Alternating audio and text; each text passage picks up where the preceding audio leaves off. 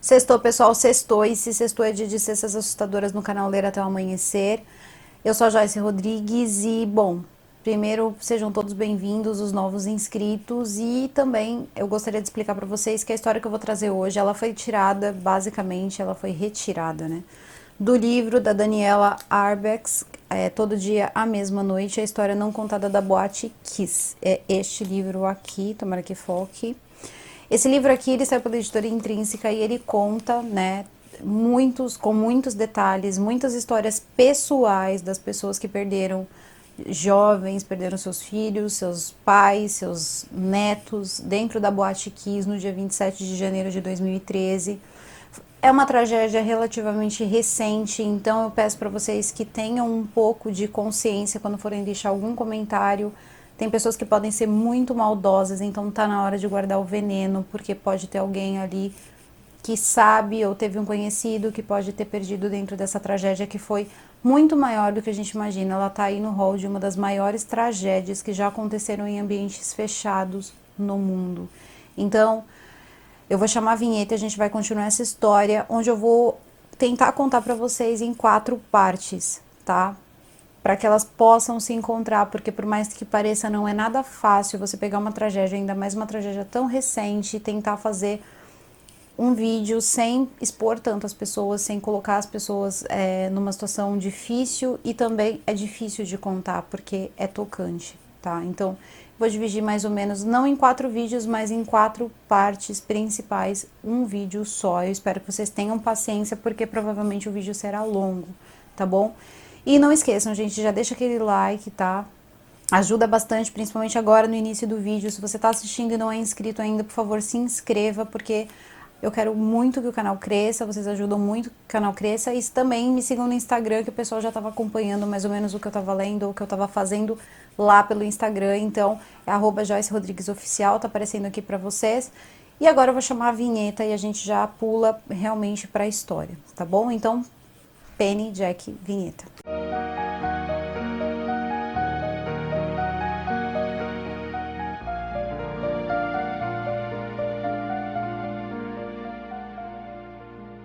Bom, então o Dr. Carlos Alberto Drummond Dornelles, de 34 anos, ele é médico do SAMU, e na manhã de 26 de janeiro de 2013, estava uma manhã muito quente, e ele estava inclusive conversando com ali um enfermeiro que trabalhava com ele, ficava com ele dentro da viatura do SAMU.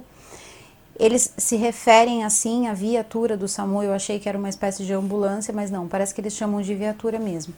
E ali eles comentavam que naquelas 24 horas do plantão deles, não teve nenhuma ocorrência, a cidade estava totalmente calma, era um sábado de manhã, o dia anterior era uma sexta-noite, e mesmo assim estava tudo muito tranquilo.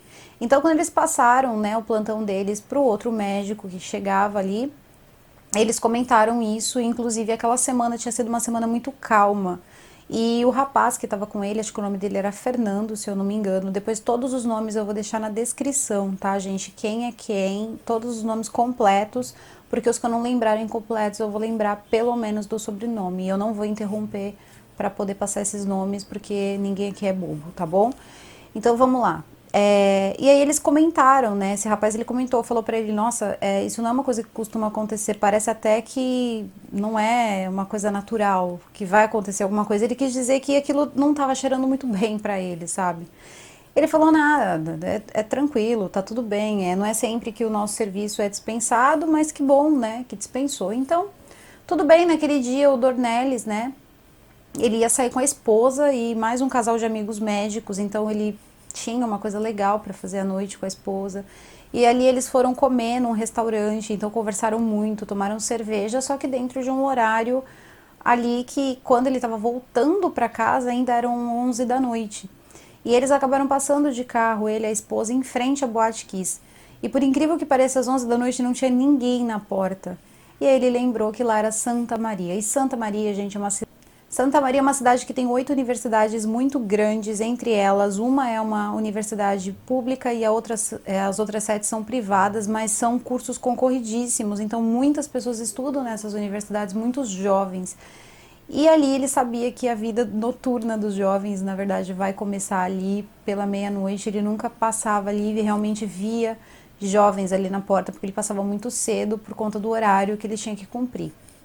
Então ele seguiu para casa com a esposa e, no fundo, ele por ter 34 anos, ela 29, eu acho que até pensaram que era uma diversão que eles não poderiam ter, porque no fundo todas as pessoas disputavam muito a Kiss, tinham festas incríveis e ele normalmente não participava. Bom, quando ele chegou na casa dele, tudo mudou, na verdade, às 3h30, quando o telefone celular dele começou a tocar.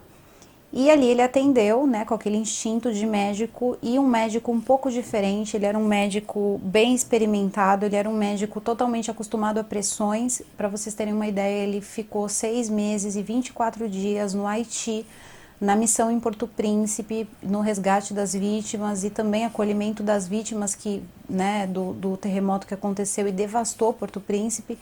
Então ele, tanto que dentro desses 6 meses ele perdeu quase 27 quilos de tanto trabalhar mesmo. Então ele estava acostumado com qualquer toque, ele era uma pessoa muito alerta. E ali quando ele atendeu o telefone, o colega dele já falou pra ele: cara, fogo, tem fogo, tá pegando fogo. Ele falou: cara, o que tá pegando fogo? Ele falou assim: a boate Kiss. E por ali ele já conseguia escutar os jovens gritando ali atrás e aquela barulheira toda, e ali ele viu que tinha uma coisa séria realmente acontecendo. O instinto de um profissional dessa área é muito complicado, porque no momento em que ele atendeu o telefone, na verdade, ele já começou a procurar calça, ele já começou a pegar peças de roupa e acendeu luz e já, sabe, nem sabia direito o que era. E ali ele já estava basicamente vestido quando ele desligou o telefone, questão de 1 minuto. E aí a esposa dele disse para ele: você quer que eu chame, que eu faça alguma coisa, que eu chame alguém? Ele disse: não, chama um táxi para mim. Quando ele desceu, ele bateu assim no coisa do taxista, falou: toca pra Kiss. Quando chegaram assim, mais ou menos umas 5 ruas antes da Kiss, já não dava mais pro carro passar, a rua estava abarrotada de pessoas, jovens vindo com roupas rasgadas, meio desorientados, e as pessoas das casas começaram a sair também, e ali ele começou a ouvir também as sirenes, tanto de viaturas, né, mais viaturas chegando para tentar ajudar, mais ambulâncias do SAMU ou viaturas do SAMU e também o próprio Corpo de Bombeiros. Quando ele avistou o Corpo de Bombeiros, ele viu que realmente era uma coisa extremamente séria. Só que era estranho, porque inicialmente existia uma fumaça, mas era uma fumaça cinza, e foi assim que o resgate foi feito. Todo o resgate foi feito em cinza.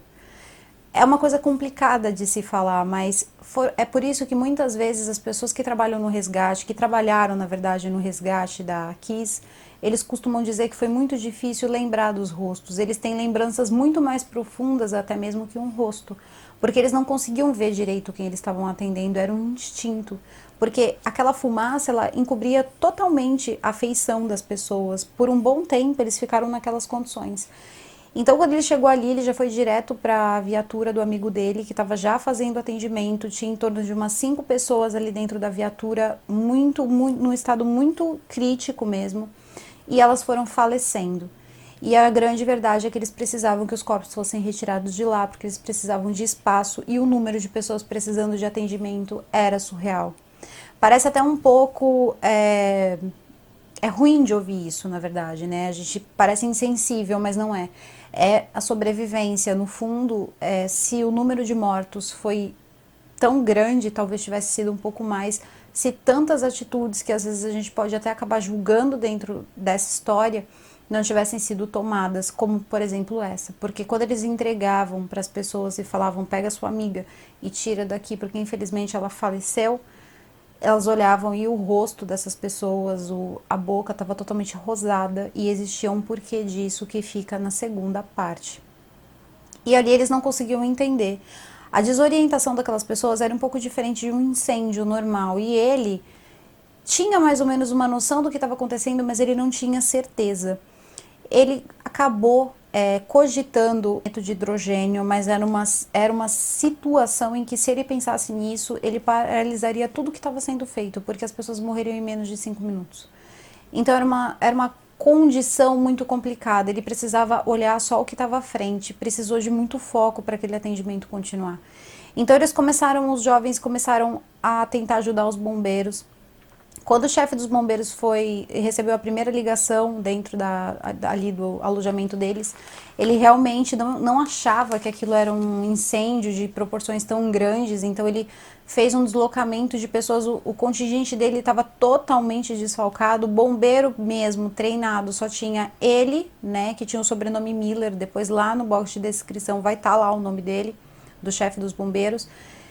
E o Miller, ele já era um homem de 44 anos, já era um bombeiro experimentado e estava treinando mais 6 bombeiros, mas eles ainda estavam em fase de treinamento. Só que dentro dessa situação ele acabou levando todo mundo, porque ele não imaginou que os meninos precisassem entrar em ação de fato, mas sim acompanhar o trabalho dos bombeiros mais velhos. E ali seguiu ele, mais 2 bombeiros e os 6 outros bombeiros que estavam em treinamento para Boate Kiss. E quando chegou lá, ele se deparou com o inferno. Ali ele se sentiu na obrigação de ele mesmo abrir a porta da boate e foi o que ele fez. E quando ele abriu a porta da boate, ele não pôde seguir muito à frente, porque na porta da boate tinha realmente um impedimento enorme. Era como se tivesse um muro de corpos empilhados. Então ele não conseguiu seguir. Ele não conseguia enxergar, não tinha luz de emergência, o lugar estava insuportavelmente quente. E ele viu que ali a única coisa que iluminava o lugar e passou a ser um som que assombrou mesmo a mente de muitas pessoas que participaram desse resgate, era dos telefones celulares tocando diversas músicas ao mesmo tempo e os visores que mostravam mãe, avó, mulher, amor, esse tipo de identificação que a gente coloca nos celulares. Então essa tragédia que parece tão arcaica, né, por conta assim de como aconteceu, uma coisa tão primitiva, ao mesmo tempo misturado com a tecnologia, uma coisa bem diferente. E ali ele começou a ter aquela visão de que não tinha muito o que fazer, mas ele percebeu que ainda tinham algumas pessoas vivas, mas tinham outras que não estavam vivas, que estavam por cima dessas pessoas que precisavam de ajuda. Então ele gritou que ele precisava de luz, então trouxeram para ele um holofote. E quando o holofote foi jogado, o mundo dele caiu. Não tinha mais, não tinha mais esperança. Mas mesmo assim ele pediu para que todos entrassem com o seu oxigênio. O cilindro de oxigênio, gente, chega a pesar 8 quilos. É muito pesado. Eles estavam numa adrenalina tão grande que eles não conseguiam, eles se movimentavam numa velocidade incrível para quem estava carregando um cilindro e corpos. Então, assim, foram pessoas de muita coragem e muitos não saíram de lá. Essas pessoas, elas não sabiam, mas elas estavam inalando um gás mortal.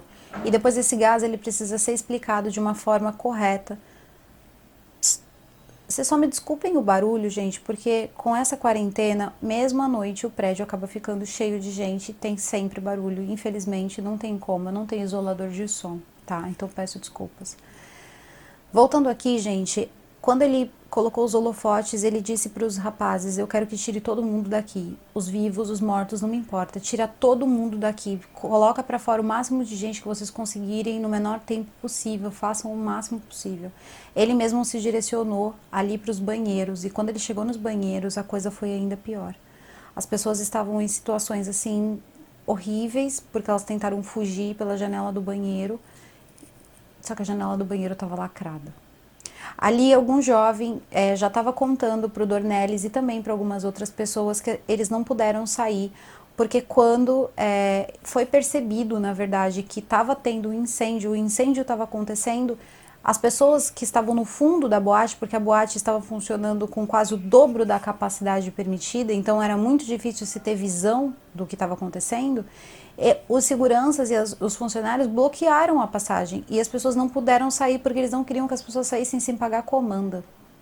Até eles perceberem que realmente aquilo se tratava de um incêndio, muito tempo já tinha sido perdido. Talvez muitas vítimas pudessem ter sido salvas se não fossem isso, porque depois vocês vão descobrir, gente, que cada segundo ali era muito precioso. E ali, já sabendo mais ou menos do que tinha acontecido, as pessoas estavam já com um pouco de revolta, então isso dá uma adrenalina e, querendo ou não, gente, quando você começa a ver jovens, todos eles se parecem com alguém que você ama, essa é a grande verdade. E as pessoas trabalhavam realmente num ritmo desumano, até, para ser bem honesta. Eu li o livro e eu precisei parar várias vezes porque realmente era sufocante. A dor, você consegue sentir a dor, é muito sufocante. Então, quando ele viu ali todos aqueles garotos, ele teve aquele instinto rápido de tentar reconhecer alguém e acabou reconhecendo um ou dois. E ele foi seguindo e as pessoas tirando os corpos, os bombeiros tirando os corpos, e ali os jovens começaram a perder o controle. Os atendimentos já estavam sendo feitos pelas calçadas. O Dornelles tinha pedido para o colega dele pegar as vítimas que estavam dentro da viatura do SAMU e levar direto para o hospital de caridade Dr. Astrogildo de Azevedo. E lá dentro desse hospital eles receberiam um atendimento mais especializado. Existiam algumas vítimas que estavam lá dentro que não estavam tão mal, mas precisavam de atendimento médico, e isso vai ficar para a segunda parte, que é a parte dos atendimentos. Mas ali, quando eles começaram a ver que já tinha perdido o controle, começaram alunos, que tinham muitos alunos de medicina, muitas pessoas que tentavam ressuscitar os seus amigos, pela calçada, pelos lugares, pessoas que não conseguiam se conter.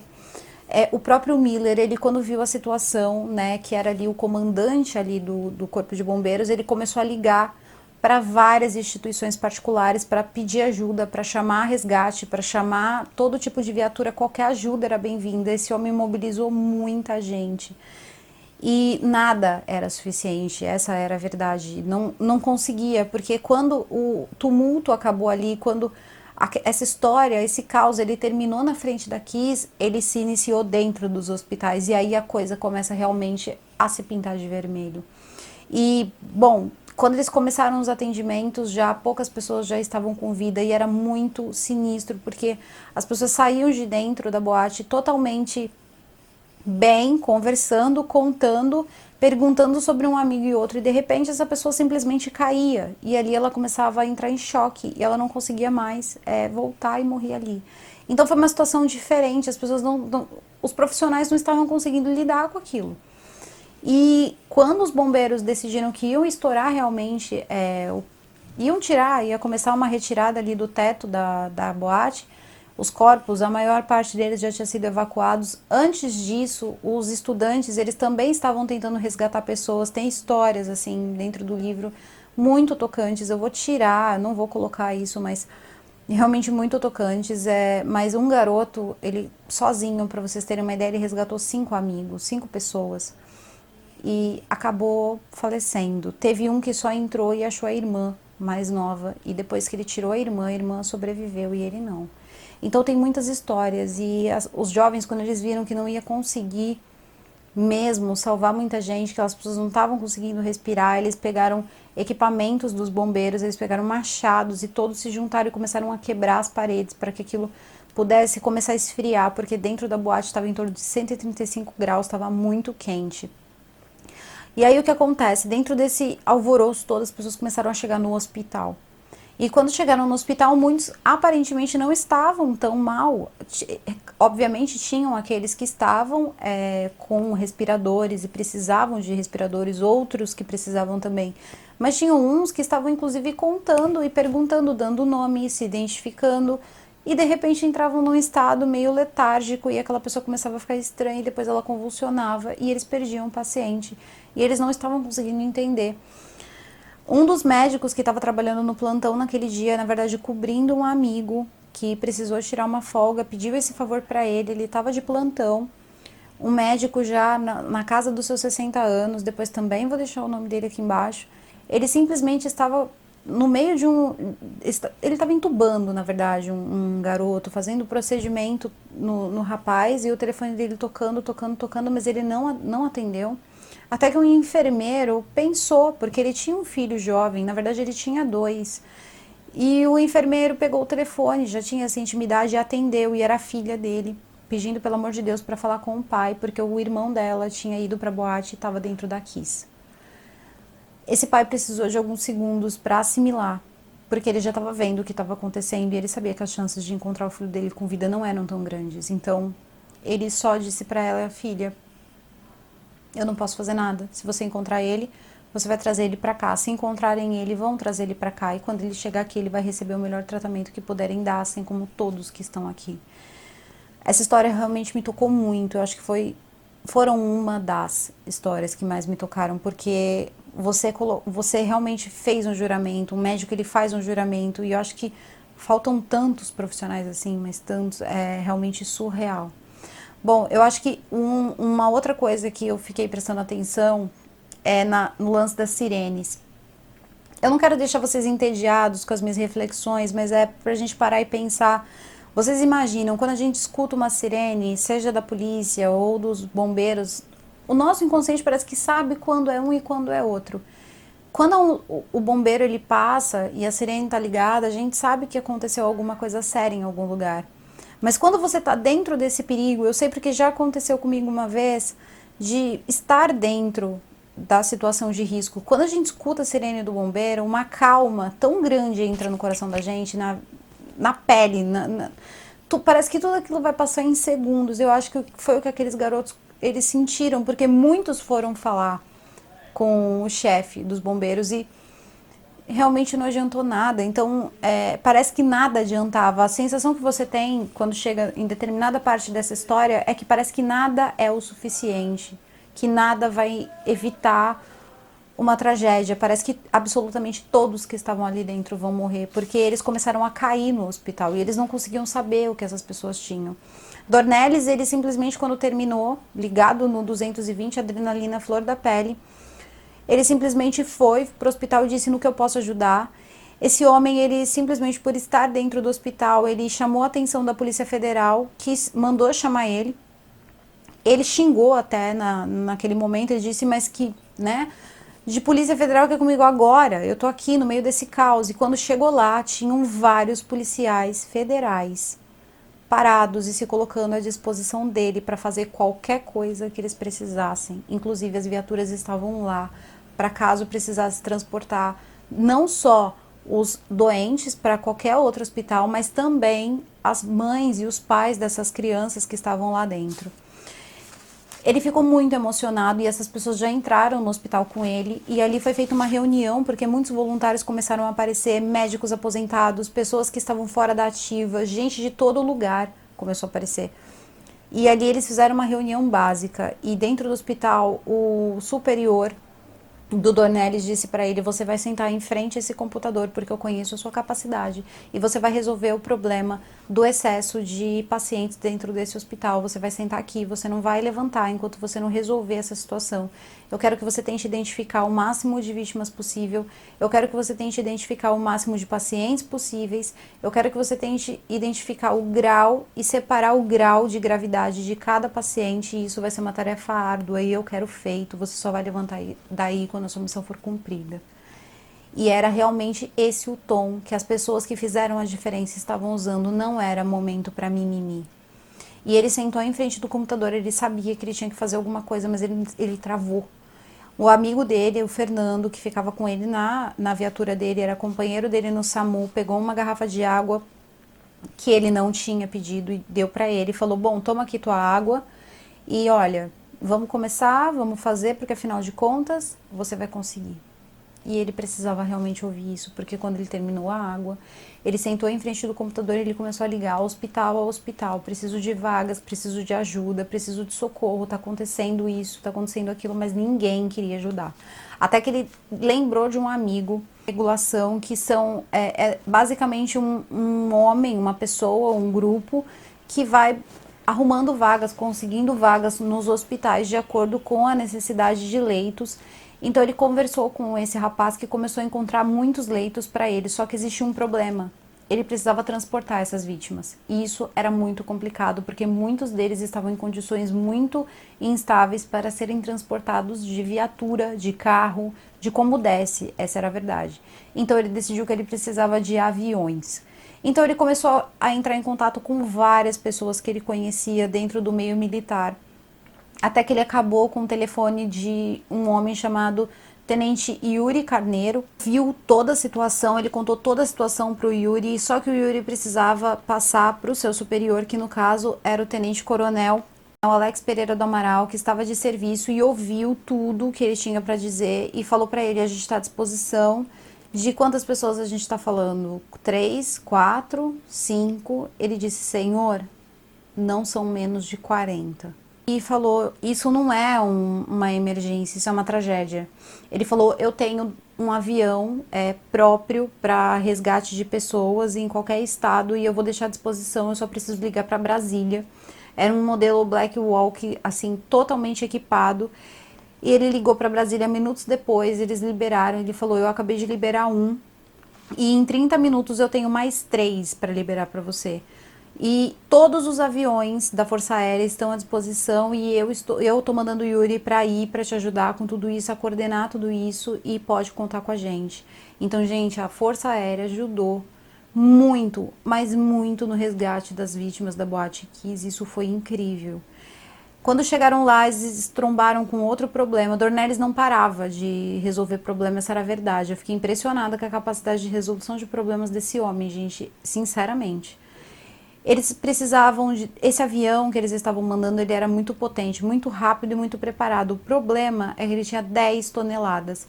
E o heliporto do próprio hospital só suportava uma aeronave de até 7 toneladas. Então ele não podia usar o heliporto do hospital. Ele virou e falou, não tem problema, vamos usar o campo de futebol da brigada, do exército. Então eles foram e usaram, só que para remover as vítimas do hospital até o avião. E do avião, da cidade que ele aterrissasse, ele ia aterrissar esse avião aonde? Então, os outros hospitais, o parâmetro de peso era basicamente o mesmo, então só restou o parque mesmo, um parque mesmo, gente, parque que as pessoas ficam domingo de manhã com seus filhos, ninguém tinha a menor ideia do que estava acontecendo, tragédia, nada mesmo. E simplesmente em plena manhã, um avião gigantesco, vocês imaginem esse avião de 10 toneladas das Forças Armadas pousando no meio de um parque, com crianças, com pessoas vendendo cachorro-quente, e aquela nuvem obviamente não corriam riscos, porque tinha o SAMU afastando essas pessoas, já esperando para socorrer as vítimas que estavam no avião e levar até o hospital de destino, mas assustou bastante as pessoas que estavam ali, só conseguiam ver uma nuvem de poeira. E assim que o avião ia, as pessoas saíram do avião, as vítimas saíram do avião direto para o SAMU, o Dornelles já foi avisado de que eles tinham tido êxito e que eles podiam continuar. Ele falou muito obrigada, porque ainda faltam 57. O dia realmente seria muito, mas muito longo mesmo. E aí, nesse meio tempo, gente, os médicos começaram a descobrir outras coisas. Eles queriam entender o que estava acontecendo.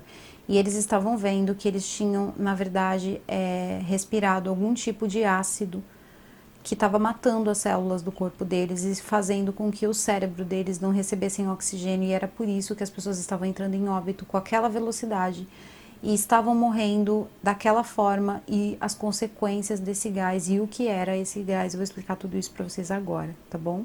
Eu só vou trocar a bateria da câmera e a gente já continua.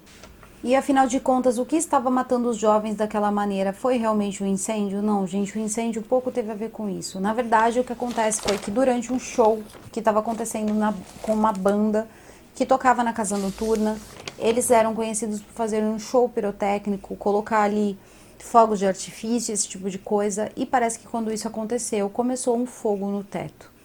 O fogo se espalhou de uma forma muito rápida, como foi mencionado anteriormente para vocês. Eles bloquearam as saídas e as pessoas não puderam sair. Esse foi o problema? Não, esse não foi o problema. O problema foi que simplesmente o dono da casa noturna mandou colocar a espécie de colchão mais vagabundo, de espuma mais vagabunda, para poder isolar o som, porque ele já tinha mais de 5 reclamações registradas na prefeitura de importunação por poluição sonora dentro do bairro. E como ele não queria perder dinheiro fazendo a coisa do jeito certo, o jeitinho brasileiro ganhou. Então o que ele fez? Ele contratou 3 dos funcionários da casa noturna dele para que colocassem, 3 não, perdão, foram 4, que colocassem ali isolamento nas paredes, colocassem no teto, só que com essa espuma de poliuretano, tá? E essa espuma, gente, quando ela entra em contato com o fogo, ela vira um ácido chamado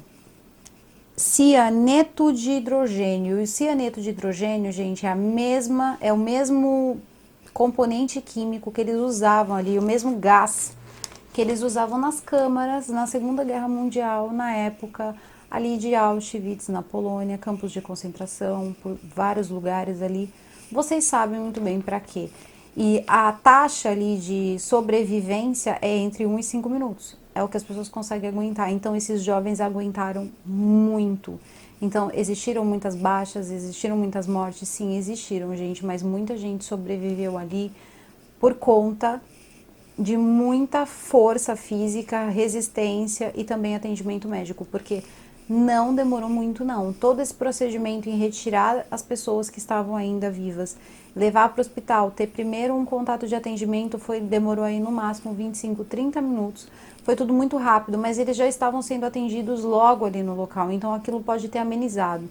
Não se sabe se quando eles saíram aquilo pode ter sido amenizado. Sabe por que a gente não sabe de tudo isso? Porque isso nunca aconteceu no Brasil. E esse foi um grande problema, e um problema carregado por muitos anos, e pessoas carregam esse problema até hoje.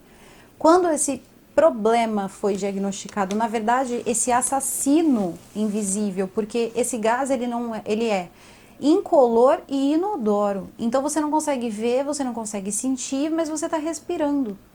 Então nada adiantou, tampar o rosto não adiantou, cobrir com um pano molhado não adiantou, essas pessoas inalaram esse gás. E eles descobriram que a toxicidade desse gás é tão grande que as pessoas, os profissionais da saúde que estavam pegando nas vítimas, elas estavam se contaminando. E que eles não tinham ideia do que acontecia quando esse gás, quando esse tipo de gás, ele era exposto a temperaturas tão altas como estava dentro da boate, 135 graus eles chegaram a medir ali dentro. E que esse gás, ele tem um comportamento diferente. Ele no início, ele pode te matar de 1 a 5 minutos, ele pode te retardar por um tempo como uma droga e depois te matar. Ele faz tanta coisa porque na verdade ele começa a matar as suas células, você começa a ter paralisia celular e você para de oxigenar o seu cérebro. E quando o oxigênio do cérebro para, você começa a ter muita confusão, até que o cérebro acaba simplesmente parando e aí a pessoa entra em óbito. Mas também existem muitas outras consequências que vão acontecendo dentro do corpo, como por exemplo, uma espécie de rápida, totalmente avançada. Vocês imaginem um efizema pulmonar evoluindo para um câncer de pulmão evoluindo até que seu pulmão fica seco e você entra em óbito em menos de 15 minutos. Era mais ou menos o que acontecia com as pessoas, não tinha muito o que fazer, eles precisavam da medicação certa. E em nenhum lugar no nosso país existia medicação. E os médicos foram lutando com o que eles tinham.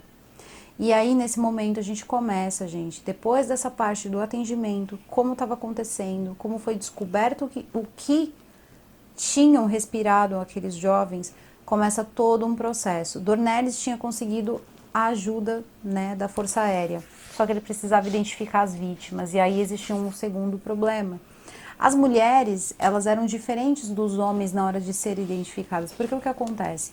Os rapazes, eles têm um costume, isso eu costumo ver até mesmo sobrinhos meus fazendo, de colocar dinheiro e documento, muitas vezes nem usam carteira, colocam dinheiro e documento quando vão para algum lugar assim, que depois disso passou a ser uma coisa muito complicada de eu ficar sabendo, colocar o dinheiro e o documento no bolso.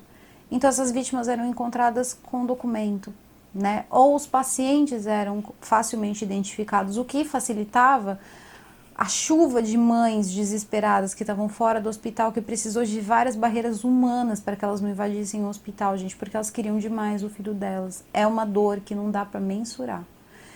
E ali no meio daquilo foi um pouco mais fácil para o Dornelles conseguir fazer isso, e depois chegou a vez das meninas e aí começou a ficar muito complicado, porque primeiro elas usavam muita maquiagem, os cabelos ficavam diferentes, porque naquela época, não sei se vocês lembram, se usava muita daquela escova progressiva, então as pessoas alisavam os cabelos, então eram diferentes das fotos que eles recebiam ali, e também estavam muito maquiadas, porque era uma festa. Então, basicamente, foi muito difícil. E também um outro costume que muitas mulheres têm, eu admito que eu já carreguei muitas vezes documentos de amigas, que quando uma amiga sai de bolsa, e normalmente eu sou essa amiga, as pessoas guardam seus documentos, batom, dinheiro, cartão na nossa bolsa. E o que acontece é que muitas pessoas ficaram com documentos de muitas amigas, e essas bolsas acabaram se perdendo, então virou ali gente, olha, um caos. E ali ele começou a separar as vítimas, ele começou a separar os doentes, de quem precisava mais rápido de atendimento para ser transferido para outros hospitais, quem ia para onde, como. Então, ele foi organizando basicamente tudo isso junto com o Tenente Yuri, que fizeram um trabalho incrível. E ali dentro, eles tentavam realmente salvar o máximo de pessoas possível. Então, eles transformaram o hospital basicamente inteiro numa UTI gigante, só que faltava muita coisa. Faltava respirador, faltava ventilador, faltava muita coisa. Eles tinham recebido há pouco tempo alguns ventiladores que ainda não estavam ativados. Eles começaram a achar uma forma de usar um só ventilador para várias pessoas, que inclusive é uma coisa que eles estão tentando fazer agora por conta do coronavírus, caso o vírus ele aperte, né? E exija esse tipo de medida, que é uma medida, no caso, desesperada.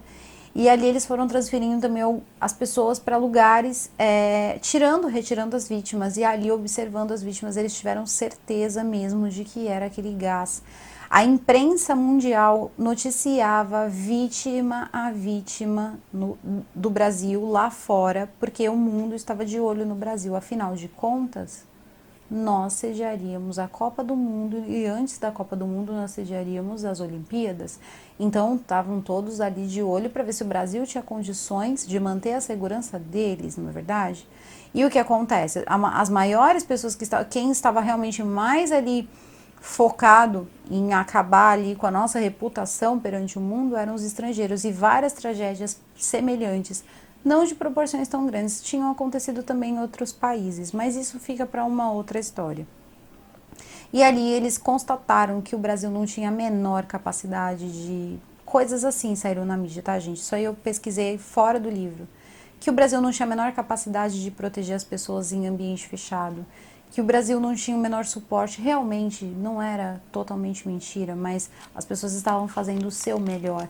Eu acho que teria que vir da consciência de cada um não ter aceitado vir para um país que estava nas condições que o nosso país estava e fazer Copa do Mundo e fazer Olimpíada, já que o governo não tomou, né, essa medida, na minha opinião. Quem se importa, na verdade, com a minha opinião, enfim. Acontece que dentro desse bando de problemas, as pessoas também começaram a ajudar, o mundo todo começou a ajudar. Então começaram a mandar de sal que eles precisavam ingerir, um sal especial para poder ir limpando o organismo. E aí eles descobriram mais coisas, descobriram que essas pessoas precisariam de tratamento a longo prazo, descobriram que essas pessoas poderiam ter sequelas físicas, sequelas mentais, vários problemas. Então eles sabiam que eles precisariam futuramente criar uma unidade para poder cuidar dessas pessoas que sobrevivessem, porque elas teriam sim sequelas, além de toda a parte psicológica, a parte física também.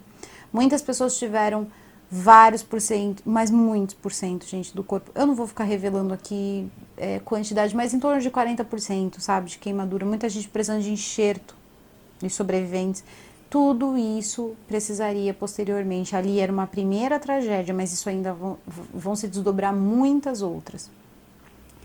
E ali, gente, no meio de tudo isso, ficou a Kiss. A Kiss estava apenas entre fumaça e água do rescaldo que eles estavam fazendo da boate e os corpos.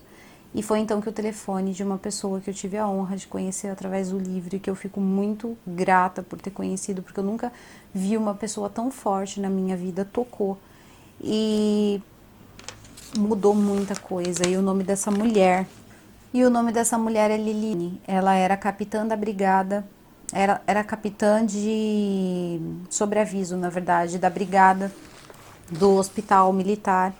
E ela estava em casa, né? E do Hospital de Santa Maria, e ela estava em casa quando o telefone tocou, e ela descobriu o que estava acontecendo, mas ela não tinha mais ou menos a dimensão, porque ninguém tinha até chegar ao hospital. Essa era a verdade. Quando ela chegou no hospital, o superior dela falou para ela: olha, vai para Kiss. Primeiro mandou uma colega dela, uma médica, para Kiss, depois pediu para que ela fosse. Ela chegou a Kiss às 4h45 e se deparou com aquela cena que eu acho que vocês imaginam, não é? Eu não vou botar foto, gente, desculpa, tá? Essa cena foi tudo que uma mãe que tem uma filha de 7 anos que tá dormindo na sua casa e uma outra de 14 não precisa ver. Mas elas estavam vendo e, assim, muita coisa precisava ser feita. Ela entrou num modo meio de sobrevivência e ela começou a ajudar a colocar esses corpos dentro de caminhões. Elas eram mulheres, elas estavam com outros homens que eram médicos, né, com alguns homens médicos e com alguns policiais, até que aqueles homens olharam aquela situação e eles começaram a chorar. Ela, enérgica, olhou para cada um deles e falou: vocês parem de chorar agora, Vocês não têm o direito de chorar agora. Vocês precisam parar de chorar porque vocês precisam terminar esse serviço. Esse serviço precisa ser feito e a gente precisa devolver esses meninos e meninas para os seus pais, porque cada minuto é muito precioso para quem espera um filho, sendo ele vivo ou morto. E a gente vai fazer isso agora, então a gente vai deixar para chorar quando tudo isso passar. Todos recolheram suas lágrimas e começaram a trabalhar freneticamente. Até mesmo o sobrinho dela, na época, estava participando do resgate. Muitas pessoas começaram a chegar para ajudar também. Civil começou a ajudar. Por mais que isso não seja legalmente permitido, mas ali, naquela noite, gente, tudo foi permitido. Porque o intuito era só era um só, era acabar logo com aquilo que parecia que não teria fim. O Carrefour cedeu o estacionamento para que fosse colocado as vítimas. Existia um Carrefour muito perto da Kiss. Eu não sei direito a localidade, não sei precisar para vocês a distância, mas parece que era muito perto. Então os corpos foram começados a colocar ali. Ela tinha muito cuidado, ela foi recolhendo os pertences das pessoas que estavam próximas e documentando e colocando em saquinhos. Ela teve muito cuidado, porque ela tinha medo que os pais começassem a chegar ali. O que acontece no meio dessa confusão toda, alguns pais chegaram a ver essas situações, ela pediu que cobrissem os corpos o mais rápido possível, ela tomou todo o cuidado que ela podia, gente, dentro de uma situação totalmente caótica e desesperadora. Ela fez todo esse trabalho junto com uma equipe maravilhosa e eles pegaram essas pessoas, receberam uma segunda ordem de que não teria lugar no IML para colocar todas aquelas pessoas e que eles seriam levados provisoriamente para uma espécie de campo, né, de futebol de salão, e seria um lugar mais fechado, mais limpo e melhor para começar o reconhecimento dos mortos. E ela começou a colocar as pessoas dentro dos caminhões e ela ajudou e ela fez isso por várias horas. E depois ela descarregou essas pessoas e ela dispôs de forma digna homens de um lado, mulheres de outro. E depois que todas as pessoas estavam desse jeito, os médicos começaram a chegar e precisavam coletar material biológico. Para vocês terem uma ideia, sangue só era possível ser retirado do coração, porque nenhuma veia podia ser retirado do sangue. Em meio a isso, um espertinho simplesmente tentou tirar uma fotografia de uma garota que estava sem a blusa, né, com o seio de fora. E ela simplesmente viu aquilo, ela saiu com uma velocidade sobrenatural. Essa mulher pegou esse rapaz, mas ela ia matar aquele rapaz com a mão naquele dia. E o policial pegou, segurou o rapaz e falou para ela não colocar as mãos naquele homem imundo que estava tirando aquele tipo de fotografia. O mundo inteiro comprando foto de pessoas assim, sabe, inescrupulosas, tirando esse tipo de fotografia para eles noticiarem lá fora. Era uma fortuna uma fotografia dessa. E aí ele simplesmente pegou, ficou dizendo que não tinha acontecido nada. Ele pegou o telefone e deu pra Liliana e falou pra ela, apaga tudo que tem aí dentro. Pegou o telefone e jogou nele. E ela falou, eu só não quebro esse telefone na sua cara, porque eu não sou igual a você. E ela voltou pra lá. E ali ela arrumou. E aí, em meio a tudo isso, simplesmente carros muito chiques começaram a chegar, carros pretos com muitas seguranças, e ali estava a presidente da República, Dilma Rousseff, e o seu séquito. E ali eles simplesmente começaram, ela teve muita dignidade, na minha opinião, sinceramente, por mais que eu não goste dela, particularmente. Ela teve uma atitude muito digna, ela foi direto conversar com as mães, ela foi dar um apoio para as mães, mesmo que breve, de acordo com a situação, tinha mesmo que ser breve, mas ela foi solidária, perguntou se precisava, ou melhor, orientou o ministro, né, da saúde que perguntasse do que eles estavam precisando, que eles iriam providenciar, e ali a Liliana falou. Ele tomou nota daquilo. E um homem de uma patente muito alta chegou perto da Liliana. Liliana bateu continência para ele. E ele falou, não, dispensado. Ela falou assim, o senhor quer tomar a frente? Ele disse, não, eu tô aqui para te servir, pode dizer o que eu tenho que fazer, que eu vou fazer. Ele estava junto com essas pessoas e ele simplesmente ficou ali. Ela olhou todo aquele lixo, porque tinha acabado de ter jogo, tinha tido jogo no dia anterior, o estádio estava sujo, com copo, guardanapo, saquinho de salgadinho, e ela não queria que as mães olhassem e vissem aquele lixo em volta dos filhos. Ela falou assim, eu precisava demais que alguém varresse esse estádio. Pois ele realmente pegou as vassouras e ele começou a varrer, e as pessoas que estavam ali junto com ele, obviamente, né, seguiram o exemplo e começaram a varrer até que tudo ficou extremamente limpo, não tinha nenhum guardanapo de papel, não tinha nenhum copo descartável, e ele fez isso. Depois ele continuou ajudando ela, e ela realmente, ela fez muito ali, ela percebeu que seria difícil, ela começou a pegar panos, a pegar coisas e cobrir as filhas, para que as mães não vissem as filhas do jeito que estavam. Ela pegava pano úmido para limpar os rostos, tirar um pouco da maquiagem para poder facilitar o reconhecimento e tirar a fuligem do rosto das crianças. Eu digo crianças, gente, porque eu vou fazer 32 anos agora, segunda-feira, 30 de março, e para mim são crianças, sabe? Tinha gente ali de 18 anos, é muito menos idade do que o meu sobrinho mais novo, então isso é muito doloroso de se ler, sabe, a situação. Teve pais ali que perderam 3 filhos ao mesmo tempo, teve pessoas que perderam 2 filhos e os 2 genros.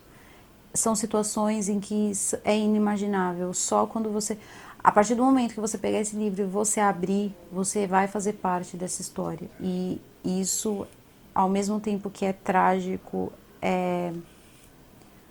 não sei, eu acho que é o máximo do humano. É muito diferente de tudo que eu já li, assim, sinceramente.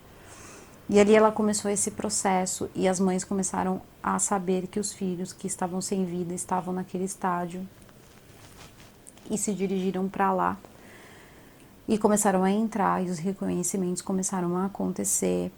As mães em negação, e eu acho que vocês imaginam toda a cena. E ela estava lá, firme, amparando essas mães. Depois que todo mundo já tinha ido embora, eles decidiram, o cheiro já estava começando a ficar muito forte, porque a telha era, acho que se não me engano, de amianto, eu não sei, mas estava muito calor e muito abafado, vocês imaginem, eram muitos corpos. E ali eles decidiram que não adiantava ficar chorando, eles precisavam tomar uma atitude. As pessoas que identificavam seus corpos precisavam tirar seus filhos de lá e era tudo que eles queriam fazer. Depois de toda essa comoção, todas essas pessoas doando tudo que tinham de humano de dentro de si, as pessoas se deparam com o mercado, né, a oferta da demanda, e as pessoas começaram a tentar enterrar os seus mortos e não tinha espaço. E não tinha caixão suficiente, e os caixões passaram a custar uma fortuna, porque eles tinham certeza que as pessoas iriam comprar, afinal de contas, essas pessoas precisavam enterrar os seus filhos, então eles não tiveram problema nenhum em superfaturar absolutamente tudo. Naquele dia, muitas pessoas velaram os seus filhos sem vela, e também sem flor, não tinha mais nada. E muitas pessoas fizeram seus enterros em casas, igrejas, enterros não, perdão, fizeram seus funerais, casas e igrejas, e muitas pessoas foram enterradas sim em casas, não bem casas, mas sítios, foi permitido, não tinha mais espaço. E teve uma mãe que ela perdeu as 2 filhas e ela chegou a cogitar que ela precisaria enterrar as 2 filhas em um caixão só, porque os caixões tinham acabado, a previsão de chegar era daqui 4 horas, não era uma certeza. E ela precisava, porque os corpos, chegou um momento que vocês sabem que é da natureza, os corpos eles não podem mais esperar. E ali a situação começou a ficar caótica mesmo. Elas simplesmente começaram a tomar as medidas que puderam para poder enterrar os seus filhos e acabar com aquilo. Bom, enfim, os corpos foram enterrados. Em alguns lugares foi feita uma espécie de velório, só que todos, quando ficaram sabendo da contaminação, foram obrigados a realmente fazer os caixões, deixaram os caixões todos lacrados. Algumas mães chegaram a deixar algum tipo de janela para poder ver o rosto, mas logo depois lacrou também. E dali se seguiu o rumo natural de todo mundo que sai desse mundo e com muita dor. Eu acho que essas cenas, eu acho que do livro todo, essa foi a mais intragável, foi o mercado e as mães. Eu acho que foi, pra mim, precisei parar, admito, sou forte, mas precisei parar. Bom, então agora a gente vai para uma parte que é um pouco mais específica, então eu espero que vocês tenham um pouco de paciência, porque realmente são muitos nomes. A Boate Kiss, ela funciona desde 2009, ela funcionava, na verdade, desde 2009, acho que agosto de 2009, e a Kiss não tinha alvará. Quando a Kiss ela foi alugada por uma empresa, ou melhor, de uma empresa, que alugava lugares para eventos, esse tipo de coisa, essa empresa, né, a empresa Entretenimentos e... É Santo Entretenimento o nome da empresa, que era responsável pela Boate Kiss, que era do Kiko Spore, de um outro, Mauro, alguma coisa, depois tudo vai estar aqui no box de descrição. Do Kiko e do Mauro, o Kiko tinha 29 anos, acho que o Mauro 34, e eles eram os responsáveis pelo lugar. E basicamente começou a ficar muito evidente, só soltavam muito dinheiro para burlar a lei. A boate estava totalmente ilegal, inclusive estava com a parte toda de combate contra o incêndio, caso acontecesse, totalmente irregular.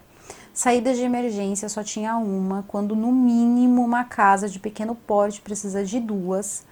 Eles tinham grades em volta de um pedaço que poderia servir de rota de fuga e não podia. O isolamento de som era irregular, obviamente, foi o que basicamente matou ali aqueles jovens. E era realmente muita coisa. Alguns foram indiciados por homicídio doloso. Outras coisas foram levantadas, porque de 2009 para 2013 foi um tempo. Bombeiros passaram por ali e deram laudos. Funcionou ilegal por um tempo, por outro não, mas os documentos também que eram conseguidos e assinados pelos profissionais, eles realmente não poderiam ter sido assinados porque não estavam em conformidade com a lei.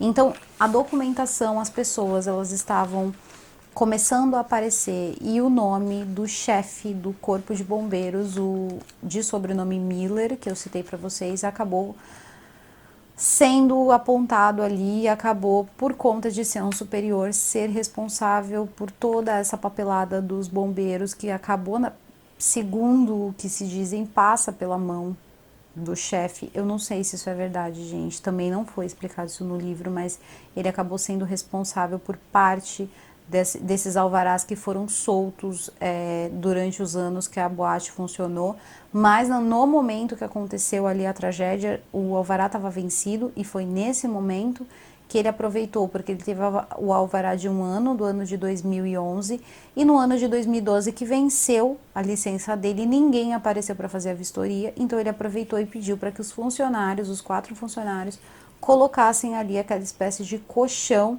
de poliuretano, que acabou fazendo o que, gente? Matando essas pessoas. Esse gás aí que matou é porque, gente, essa espuma é a mais vagabunda, e aí você tem uma boate dessa, você sabe que você está contratando uma banda que é conhecida por show pirotécnico, que vai ali soltar fogos, e você sabe que você tem uma bomba relógio na sua casa noturna e você vai permitir? Então foi bastante complicado. Eu sei que até mesmo o vocalista da banda acabou sendo indiciado também, porque eu não entendi, no primeiro momento eu achei muito injusto, porque eu achei que era por ele ter acendido ali o fogos, e não foi. Foi porque ele acendeu, e quando ele viu o incêndio, ele não usou o microfone para avisar que estava pegando fogo, ele simplesmente saiu do palco, junto com as pessoas que estavam com ele, com a banda. Inclusive um integrante da banda acabou morrendo, o sanfoneiro, porque ele estava com a sanfona, que era muito pesada. Em pouco tempo as saídas começaram a ficar obstruídas e ele acabou indo a óbito. E parece que foi por isso. Ele alegou que ele achou que por conta do que tinha acontecido do incêndio, o microfone não estava funcionando, mas em momento nenhum ele tentou fazer nenhum teste, e inclusive foi uma pessoa que estava dentro da boate que usou o mesmo microfone que ele estava cantando minutos antes para avisar que estava pegando fogo e gritar fogo para que pudessem desobstruir a porta, para que eles pudessem ir embora, porque eles não queriam deixar os jovens saírem porque eles não tinham pago a comanda. É um absurdo, assim, é um absurdo tremendo. Procurar culpados numa situação dessa se torna muito complicado, porque apareceu o nome de político, apareceu o nome de... Gente, apareceu o nome de tanta gente, de bombeiro, olha, de tudo que vocês podem imaginar, para vocês terem uma ideia, até de vocalista, de banda, de boate. Então, foi muito, muito difícil. Eu sei que dos 19 indiciados, incluindo os donos, né, os sócios ali da Boate Kiss, Kiko e Mauro, né, também estavam ali entre os 8, mas a grande verdade é que acabou tudo sendo arquivado por falta de provas, ou outros porque as provas não batiam, a materialidade das provas não tinha consistência. Também, quem acabou realmente pegando uma pena até eu considero alta, foi o chefe dos bombeiros, que pegou 4 anos, e por incrível que pareça, não foi pela quantidade de fraude nos alvarás da Kiss, não. Foi porque ele permitiu que as pessoas entrassem na Kiss para tentar resgatar outras pessoas. Como se ele e mais 6 bombeiros conseguissem impedir jovens alucinados, porque estavam ali num desespero total. Eu me imagino numa situação dessa, a gente quer retirar os amigos da gente de dentro dessa situação. É um instinto natural. E como é que você vai segurar essas pessoas? E como é que você vai imaginar que o que tem ali dentro é basicamente uma bomba biológica? Então, esse homem pagou por isso, a ponto do filho dele, de 6 anos de idade, escutar, porque era uma cidade muito pequena, escutar um colega do colégio falar para ele que o pai dele era um assassino. Ele falou: papai, você é um assassino? Você não é um bombeiro não salva vidas. E ele não conseguiu responder o filho. Ele pegou 4 anos e meio de prisão, só que ele conseguiu uma redução de pena, mas mesmo assim ele ainda pegou 1 ano e 3 meses de prisão. Não sei como foi pago isso, espero que da melhor forma, porque eu acho que é muito humilhante. Sinceramente, depois que tudo que aconteceu, eu não sei, é muito difícil apontar culpados. Mas eu penso eu, que os maiores culpados foram sim os donos da boate, que sabe é esse, você tem uma casa noturna que tá te rendendo muito dinheiro, porque olha só quantas pessoas pagando, consumindo, e você simplesmente faz um negócio desse. É um tremendo absurdo, sabe? Aí você vê um cara de 29 anos dizer que ele não sabia e que ele tinha inclusive o projeto assinado por um engenheiro. O projeto foi solicitado e ali tinha tudo, menos dessa ideia, dessa coisa de colocar esse raio desse. Então, assim, se fosse puxar, o prefeito da cidade estava em segundo mandato, também teve voz de prisão, porque assim, ele foi apontado porque começaram a entrar políticos, possíveis propinas, e também existiam, parece que um dinheiro que tinha que ter sido destinado à saúde, esse dinheiro não foi destinado à saúde, isso foi visto com a tragédia, porque isso apareceu, porque afinal de contas eles precisaram de equipamentos que ele já tinha pedido dinheiro para conseguir e não tinha sido feito. Ele não tinha preparado hospitais para um lugar onde é cheio de jovens, e ele lucra com isso também. Então ali ele já estava no segundo mandato dele, e ele também foi indiciado ali, precisou de uma defesa, mas acabou sendo arquivado, ele também tinha foro privilegiado. Olha, gente, muita gente realmente foi envolvida, e a grande verdade é que até hoje ninguém realmente, de fato, foi além do Miller ali, condenado, e teve ali o julgamento dos donos da boate há pouco tempo. Tiveram ali outras pessoas que também passaram por um julgamento ali, só que agora já recorreram, e obviamente daqui a um tempo estão na rua deles. E histórias começam a surgir, essas histórias são dolorosas, e esses pais estavam machucados na época e continuam machucados, gente. É um tipo de dor que eu acho que não passa, porque muitos tiveram finais terríveis, pessoas definhavam de tristeza pela quantidade de perdas, famílias destruídas, lares desfeitos, pessoas que simplesmente desistiram de viver. Então, assim, gente, eles tentaram se proteger como puderam, eles fundaram, inclusive o pai de uma garota fundou uma espécie de movimento ali em busca de justiça, que chama Santa Maria do Luto à Luta, e ali eles tentam provar e por A mais B, que tentam encontrar os culpados. Nessa hora as pessoas querem que os culpados apareçam porque eles perderam seus filhos. E fica realmente essa coisa que nunca tem fim. Também existe um serviço que foi feito, inclusive que foi criado realmente pelo prefeito da cidade, juntamente com a faculdade e outras pessoas envolvidas, chama de acolhimento, apoio para vítimas, tanto da parte psicológica, e acabou passando não só das vítimas da Boate Kiss, mas para qualquer tipo de vítima. É uma espécie de apoio, né, à vítima, que é ali sustentado pela cidade e que as pessoas ajudam muito os pais e pessoas que estavam nessa tragédia ou em qualquer outra. E o apoio psicológico é muito importante, evitou muitas pessoas de interromper suas próprias vidas mesmo, e tem um grande valor, e esse tipo de iniciativa eu acho muito válido, gente, muito válido mesmo. Eu acho que foi uma das histórias mais incríveis que eu já vi. Obviamente tem muitos detalhes mesmo, muitas coisas, e eu acho que esses detalhes eles não são necessários para a história, porque não dá para contar, sabe? Não dá. Eles são pessoas, eles têm um nome, eles existem, sabe? Não é um livro de que se trocou nomes, que se trocaram histórias. Não, não. São essas pessoas. Existe um hall. Eu vou mostrar brevemente para vocês, porque eu sei que esse vídeo já tá enorme, nem sei se alguém vai assistir. Mas ela teve um cuidado, mas foi de uma delicadeza, e vocês sabem, o número de vítimas foi 242 vítimas.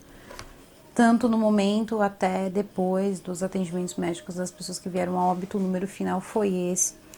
E né, ela colocou o nome de todas as vítimas. Isso aqui em branco são os nomes das 242 vítimas. Frente, começo e final do livro, todos os nomes.